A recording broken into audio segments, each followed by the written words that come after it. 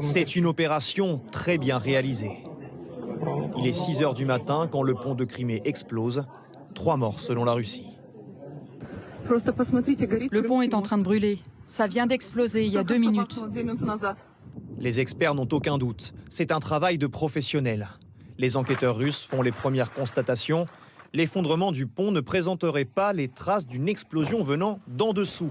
Une certitude, pour faire autant de dégâts, la charge explosive était très importante. Peut-être transportée dans ce camion, c'est l'hypothèse russe. Mais sur la vidéosurveillance, regardez image par image, impossible d'être aussi catégorique. Autre élément laissant penser à du travail d'experts, l'explosion a eu lieu en même temps que le passage d'un train-citerne. Et plus encore, entre 2 piliers. Bon, le hasard existe. Mais là, quand même, le hasard fait bien les choses. Le camion explose, il y a des citernes de carburant qui donnent une dimension autre à cette attaque. Donc voilà, pour moi, il peut y avoir que du renseignement.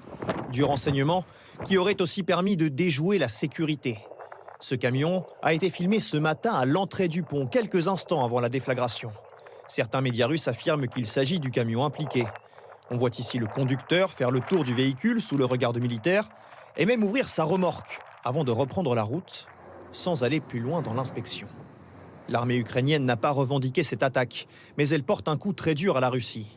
Le pont de Crimée, long de 18 km, reliait le pays par route et par rail au sud de l'Ukraine, permettait le transport de troupes, munitions et carburant, un approvisionnement désormais compromis.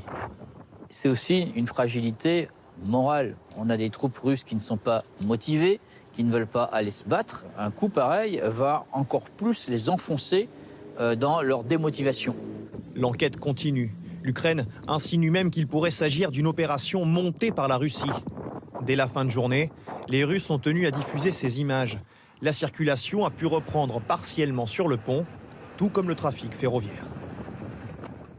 Alors cette attaque, elle n'a pas été revendiquée pour l'instant, mais tout de suite, les Ukrainiens, y compris les instances gouvernementales, ont ironisé sur les réseaux sociaux. Depuis le début de la guerre, l'Ukraine a souvent utilisé cette arme de la communication pour affaiblir la Russie, comme nous l'expliquent Frédéric Agnès et Frédéric Jolfre. Cette fresque a fait son apparition aujourd'hui à Kiev. 2 explosions sur le pont de Crimée et non une seule, comme cela s'est passé. Car ce dessin a en fait été réalisé il y a 2 mois par la très patriotique post-ukrainienne qui exprimait alors, disons, un rêve. Aujourd'hui, c'est donc une réalité et les habitants de Kiev posent fièrement devant. Je m'attendais à ce que quelque chose se passe, parce qu'hier, c'était l'anniversaire de Poutine, il a eu 70 ans. J'attendais donc un petit cadeau des forces armées ukrainiennes. Un cadeau que le très officiel secrétaire national du Conseil de défense et de sécurité ukrainien relaye à sa manière sur son compte Twitter.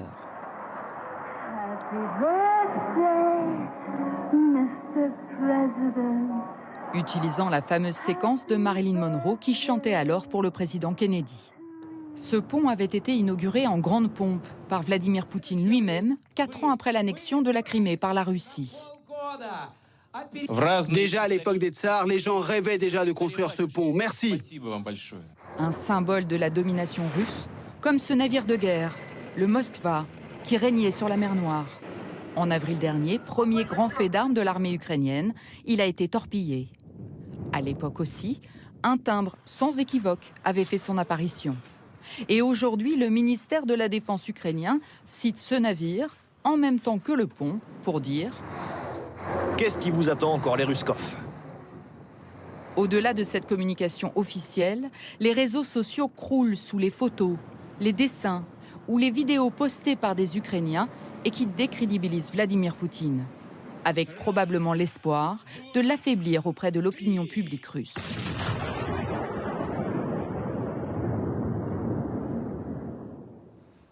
Et la question est maintenant effectivement de savoir comment les Russes vont répondre à cette attaque. Bonsoir Lise Romboudoul, vous êtes à Moscou et pour l'instant les autorités cherchent plutôt à minimiser l'événement. Effectivement, les éléments de langage ici sont clairs. Pas de riposte envisagée pour le moment et surtout pas de panique. Ne pas effrayer la population russe qui est déjà relativement inquiète. Alors toute la journée, les autorités ont répété que justement la circulation pouvait reprendre sur ce pont pour les voitures, pour les trains. Seuls les camions sont interdits de pont et ils doivent emprunter les liaisons par ferry. Bien sûr, les mesures de sécurité vont être renforcées et on a appris que c'est désormais le FSB, les services de renseignement, qui vont contrôler directement la sécurité sur ce pont de Crimée. Voilà, ça, c'est le discours officiel. Maintenant, il y a aussi beaucoup de Russes qui s'interrogent et qui se demandent si cette explosion-là ne révèle pas encore un peu plus la vulnérabilité du dispositif militaire russe. Et ce n'est pas un hasard. Aujourd'hui, la Russie a nommé un nouveau commandant pour son opération spéciale en Ukraine. Merci beaucoup, Liseron, pour ce dernier point sur ce qui s'est passé